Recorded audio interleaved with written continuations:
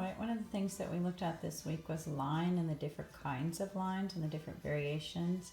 And if you were face to face, you went ahead and made a mural for me. Well, now we're going to go ahead and start a random line design. And this will be in our individual project. We kind of collaborated together.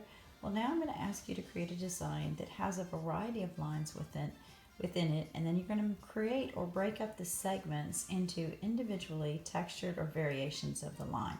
So in just a minute we'll get started with that, so you can use this reference page from your interactive notebook. If you're in your notebook, you'll also see that you have video examples to get you started, but I think the very first video is missing, so that's what I'm going to go back and make for you, is how just to basically get started with your line design and how to break up your page.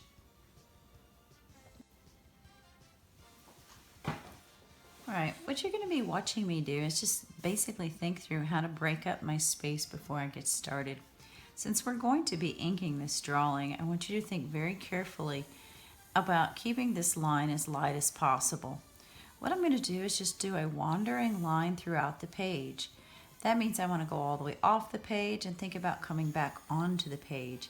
And I want to split this page up into very comfortable sections, because we're going to come back and experiment with some watercolor and some water-soluble crayons, which will allow us to create a really beautiful surface.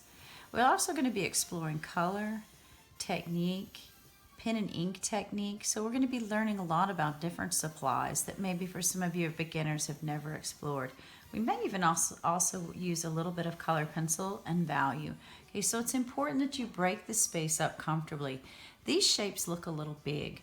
So what I'm going to do is go ahead and kind of make sure that I have an interesting line. And remember, I'm kind of changing my line so that each space that I work with is not too big or too small. And it looks like I might need to add a little line here. I'm going to give you some time now to break your page up into its various line segments.